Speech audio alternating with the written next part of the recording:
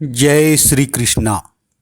द्रोण और कर्ण के द्वारा पांडव सेना का संहार तथा भयभीत हुए युधिष्ठिर की बात से श्री कृष्ण का घटोत्कच को कर्ण से युद्ध करने के लिए भेजना। संजय कहते हैं, महाराज, जब दुर्योधन ने देखा कि पांडव मेरी सेना का विध्वंस कर रहे हैं और वह भागी जा रही है तो उसे बड़ा क्रोध हुआ। वह सहसा द्रोणाचार्य और कर्ण के पास पहुंचा और अमर्ष में भरकर कहने लगा, इस समय पांडवों की सेना मेरी वाहिनी का विध्वंस कर रही है और आप दोनों उसे जीतने में समर्थ होकर भी असमर्थ की भांति तमाशा देखते हैं।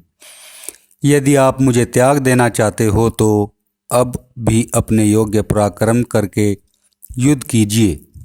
यह उपलब्ध सुनकर वे दोनों वीर पांडवों का सामना करने के लिए बढ़े। इसी प्रकार पांडव भी अपनी सेना के साथ बारंबार गर्जना करते हुए इन दोनों पर टूट पड़े। उस समय द्रोणाचार्य ने क्रोध में भरकर 10 बाणों से सात्यकी को बीन डाला। साथ ही कर्ण ने 10, आपके पुत्र ने 7, वरसेन ने 10 और शकुनी ने 7 बाण मारे। उधर द्रोणाचार्य को पांडव सेना का संहार करते देख सोमक क्षत्रिय तुरंत वहां पहुंचे और सब ओर से द्रोणाचार्य पर बाण वर्षा करने लगे। आचार्य द्रोण भी चारों ओर बाणों की झड़ी लगाकर क्षत्रियों के प्राण लेने लगे। उनकी मार से पीड़ित हो पांचाल योद्धा एक दूसरे की ओर देखकर आर्त चित्कार मचा रहे थे। कोई पिता को छोड़कर भागे, कोई पुत्रों को, किसी को अपने सगे भाई, मामा और भांजों की भी सुध न रही। मित्र संबंधी और बंधु बांधवों को छोड़ छोड़कर सब लोग तेजी के साथ भाग चले। सबको अपने अपने प्राणों की लगी हुई थी। श्री कृष्ण, अर्जुन, भीमसेन, युधिष्ठिर तथा नकुल सहदेव देखते ही रह गए और उनकी सेना द्रोण के प्रहार से पीड़ित हो जलती हुई हजारों मसाले फेंक फेंक कर उस रात में भाग चली।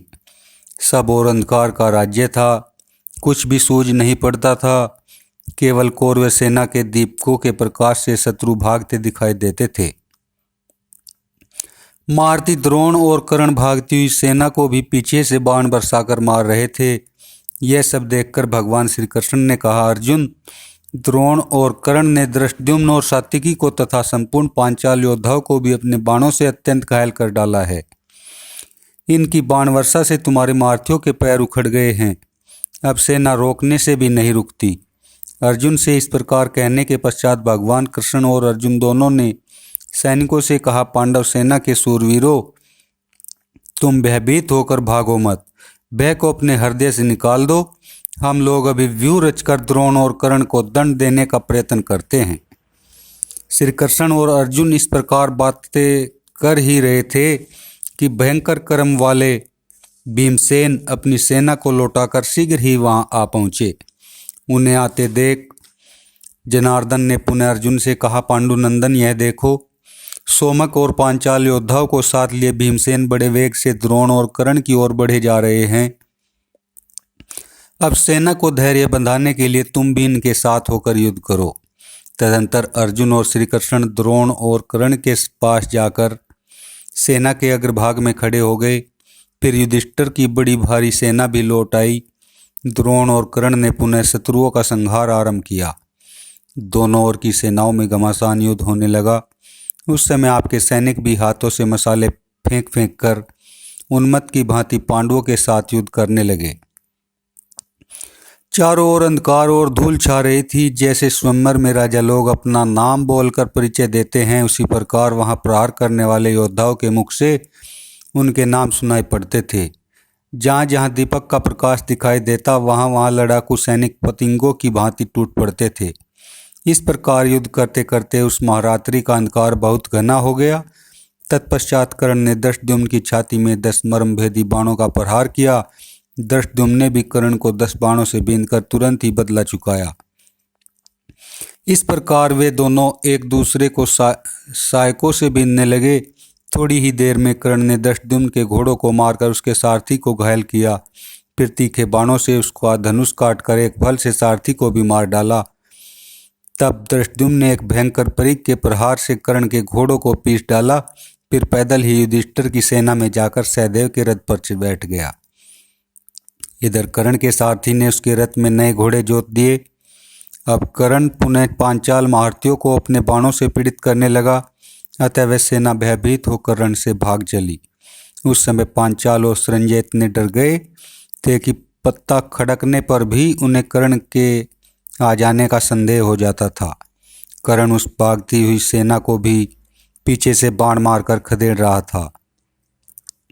अपनी सेना को भागते देख राजा युधिष्ठिर भी पलायन करने का विचार करके अर्जुन से बोले, धनंजय, तुम ही जिनके बंधु और सहायक हो, उन हमारे सैनिकों का यह आर्तनाद निरंतर सुनाई दे रहा है। ये कर्ण के बाणों से पीड़ित हो रहे हैं। अब इस समय कर्ण का वध करने के संबंध में जो कुछ भी कर्तव्य हो उसे करो। यह सुनकर अर्जुन ने श्री कृष्ण से कहा, मधुसूदन, आज राजा युधिष्ठिर कर्ण का पराक्रम देखकर भयभीत हो गए हैं। एक और द्रोणाचार्य हमारे सैनिकों को आहत कर रहे हैं, दूसरी ओर कर्ण का त्रास छाया हुआ है, इसलिए वे भाग रहे हैं। उन्हें कहीं ठहरने को स्थान नहीं मिलता। मैं देखता हूँ कर्ण भागते हुए योद्धाओं को भी मार रहा है। अतएव आप जहाँ कर्ण हैं वहीं चलिए। आज दो में से एक बात हो जाए, चाहे मैं उसे मार डालूं या वह मुझे।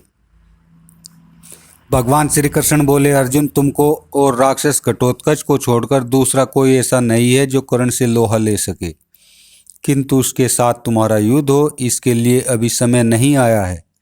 कारण उसके पास इंद्र की दी हुई एक देदीप्यमान शक्ति है जो उसने केवल तुम्हारे लिए ही रख छोड़ी है।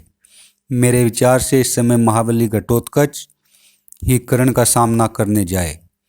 उसके पास दिव्य राक्षस और आसुर तीनों प्रकार के अस्त्र है, अतः वह अवश्य ही संग्राम में कर्ण पर विजयी होगा। श्री कृष्ण के ऐसा कहने पर अर्जुन ने घटोत्कच को बुलवाया। वह कवच, धनुष, बाण और तलवार आदि से सुसज्जित होकर उनके सामने उपस्थित हुआ और श्री कृष्ण तथा अर्जुन को प्रणाम करके श्री कृष्ण की ओर देखते हुए बोला, मैं सेवा में उपस्थित हूँ, आज्ञा कीजिए, कौन सा काम करूँ। भगवान ने हंसकर कहा, बेटा घटोत्कच, मैं जो कहता हूँ सुनो। आज तुम्हारे पराक्रम दिखाने का समय आया है। यह काम दूसरे के किए नहीं हो सकता, क्योंकि तुम्हारे पास कई प्रकार के अस्त्र है, राक्षसी माया तो है ही। हिडिंबानंदन, देखते हो न, जैसे चरवाहा गोहों को हाँकता है, उसी प्रकार कर्ण आज पांडव सेना को खदेड़ रहा है। वह इस दल के प्रधान क्षत्रियों को मारे डालता है। उसके बाणों से पीड़ित होकर हमारे सैनिक कहीं ठहर नहीं पाते, मैदान से भाग जाते हैं। इस प्रकार कर्ण संहार में प्रवृत्त हुआ है। इसे रोकने वाला तुम्हारे सिवा दूसरा कोई नहीं दिखाई देता। इस समय तुम्हारा बल असीम है और तुम माया दुस्तर, क्योंकि रात्रि के समय राक्षसों का बल बहुत बढ़ जाता है। उनके पराक्रम की कोई सीमा नहीं रहती, शत्रु ने दबा नहीं सकते। इस आधी रात में तुम अपनी माया फैलाकर महान धनुर्धर कर्ण को मार डालो, फिर धृष्टद्युम्न आदि वीर द्रोण का भी वध कर डालेंगे। भगवान की बात समाप्त होने पर अर्जुन ने भी घटोत्कच से कहा, बेटा, मैं तुमको शायद सात्विकी को तथा भैया भीम को ही अपनी सेना के प्रधान वीर मानता हूँ। इस रात में तुम कर्ण के साथ द्वैरथ युद्ध करो। महारथी सात्विकी पीछे से तुम्हारी रक्षा करेंगे। सात्विकी की सहायता लेकर तुम सूरवीर कर्ण को मार डालो। घटोत्कच बोला, भारत मैं अकेला ही कर्ण, द्रोण तथा अन्य क्षत्रिय वीरों के लिए काफ़ी हूँ। आज रात में मैं सूतपुत्र के साथ ऐसा युद्ध करूँगा जिसकी चर्चा जब तक यह पृथ्वी रहेगी तब तक लोग करते रहेंगे। आज मैं राक्षस धर्म का आश्रय लेकर संपूर्ण कौरव सेना का संहार करूँगा, किसी को जीता नहीं छोड़ूंगा। ऐसा कहकर महाबाहु घटोत्कच तुम्हारी सेना को भयभीत करता हुआ कर्ण की ओर बढ़ा।